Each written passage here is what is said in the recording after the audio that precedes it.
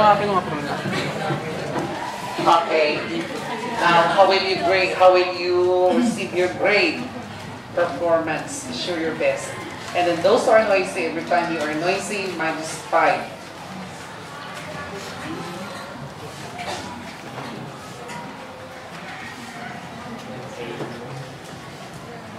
Okay, 1, 2, 3, start.